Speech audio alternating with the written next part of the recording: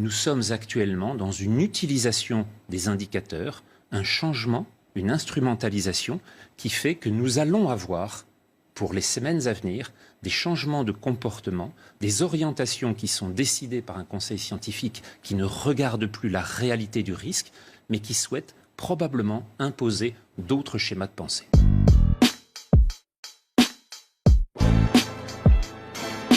Expliquez-nous, est-ce qu'on doit parler de rebond de l'épidémie, de frémissement ou de deuxième vague? Parmi tous les chiffres que vous avez montrés, ceux qui sont importants sont les 3 derniers sur les 4.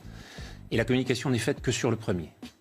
Pourquoi ? Parce que l'essentiel dans une pandémie est de savoir le nombre de morts qu'elle entraîne. Et de savoir également le nombre de cas sévères, le nombre de patients hospitalisés, en particulier en réanimation. Si on peut regarder sur ces 3 chiffres-là, on va voir effectivement, et là on a ici les chiffres de Santé publique France, publiés aujourd'hui, les courbes d'hospitalisation, les courbes de réanimation ne cessent de décroître depuis début avril. Et plus encore, le chiffre du nombre de décès totaux, quotidiens, chaque jour en France, que ce soit ceux des patients hospitalisés ou ceux des patients en maison de retraite et en EHPAD, ne fluctue pas depuis plus de 4 semaines maintenant, et il est à 99% de ce qu'a été le chiffre maximal le 6 avril. On voit donc que cette réduction de 99% n'a entraîné aucune accélération ni en avril, ni en mai, ni en juin, ni en juillet. Aucun des événements qui annonçaient une deuxième vague ne s'est trouvé vérifié. Et on voit que l'on a une courbe absolument plate depuis maintenant la fin juin. Si on regarde les chiffres d'autres pays européens, c'est même décès quotidiens en Italie, qui a confiné comme nous, mais la Suède, qui n'a pas confiné, on retrouve à chaque fois cette même courbe d'une ascension en 1 mois, une décroissance en 2 mois, et plus intéressant encore, la totalité des décès européens, comme vous le voyez là, suit encore une fois la même courbe. Je vous ai mis la courbe du 0 en bleu. Vous voyez qu'aujourd'hui même, un événement particulier vient de se trouver confronté dans un accident statistique, c'est celui de 5000 décès qui ont été enlevés du décompte par les statisticiens britanniques, qui ont considéré que 5000 personnes parmi eux avaient été comptées en excès. Sur 45 000 décès, ça fait donc plus de 10% qui se trouvent soudain retirés de la statistique. On voit quand même que même dans les pays les plus dotés en capacité de suivi, cette fluctuation est énorme et que nous n'avons pas fini de suivre un certain nombre de ces accidents. Alors maintenant, l'accident principal en France, puisqu'on a dit qu'il n'y avait pas de deuxième vague, toujours pas, se trouve en confrontation avec ce que vous voyez ici, c'est-à-dire l'augmentation du nombre de cas positifs en France.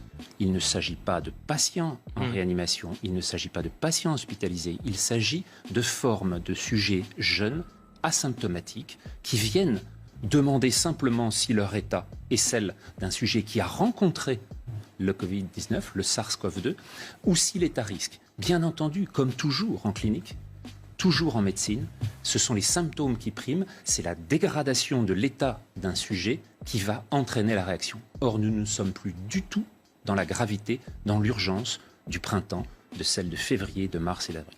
Et donc, en ce moment nous sommes actuellement dans une utilisation des indicateurs, un changement, une instrumentalisation qui fait que nous allons avoir, pour les semaines à venir, des changements de comportement, des orientations qui sont décidées par un conseil scientifique qui ne regarde plus la réalité du risque, mais qui souhaite probablement imposer d'autres schémas de pensée. Écoutez, franchement, cette explication déjà, elle était suffisamment claire et on voit ces chiffres. Mais là, quand je vous entends, j'ai très peur. Je suis en train de me dire, déjà, est-ce qu'on fait peur aux gens pour rien ? La deuxième chose, c'est à charge aussi pour les politiques et pour les personnes qui sont au sommet de l'État, qui aujourd'hui nous disent il faut porter le masque en extérieur. En septembre, conseil scientifique, vous en parliez, le conseil scientifique qui dit à l'automne, on risque d'avoir une seconde vague. Donc vous êtes en train de balayer tout ça en disant mais attendez, là les faits sont bien présents, il n'y a ni rebond de l'épidémie, il n'y a ni même un frémissement, il y a des nouveaux cas qui sont confirmés, mais ce ne sont pas des cas graves.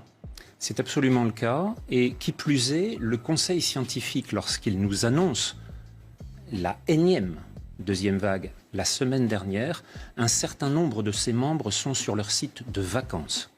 Si je le dis, c'est parce qu'ils l'annoncent publiquement sur les radios publiques. Et donc, on a un certain membre du... C'est gravissime Conseil. ce que vous êtes en train de dire. Écoutez Sud Radio mercredi après-midi, l'un des membres, alors qu'il nous annonce une catastrophe sanitaire pour la France, est sur son site de villégiature. Nous sommes donc dans une situation identique à celle du mois de mars, lorsque celui qui a annoncé la catastrophe avec plus de 500 000 morts annoncés pour la Grande-Bretagne, 500 000 morts annoncés en France, ne respectait pas lui-même le confinement qu'il a réussi à imposer à la moitié de l'humanité. Nous sommes dans des situations dans lesquelles nous nous trouvons face à des gens qui ne croient pas aux recommandations qu'ils transmettent. Il faut donc regarder précisément de quoi le risque est porteur, et ce risque actuellement n'est plus du tout celui du printemps. Nous sommes face à une situation qui, sur le plan épidémiologique, a largement évolué. Nous avons maintenant un grand nombre de cas qui sont des cas positifs, à nouveau, qui ne sont pas associés avec la gravité de la maladie. Pourquoi ? Eh bien, il y a un grand nombre d'explications qu'il faut maintenant avoir sur le plan de l'épidémiologie, sur le plan de la virologie, sur le plan de l'adaptation des espèces les unes aux autres, dans cette compétition extraordinairement tendue, sur lequel le virus avait l'avantage au printemps et sur lequel, manifestement, il ne l'a plus pendant l'été.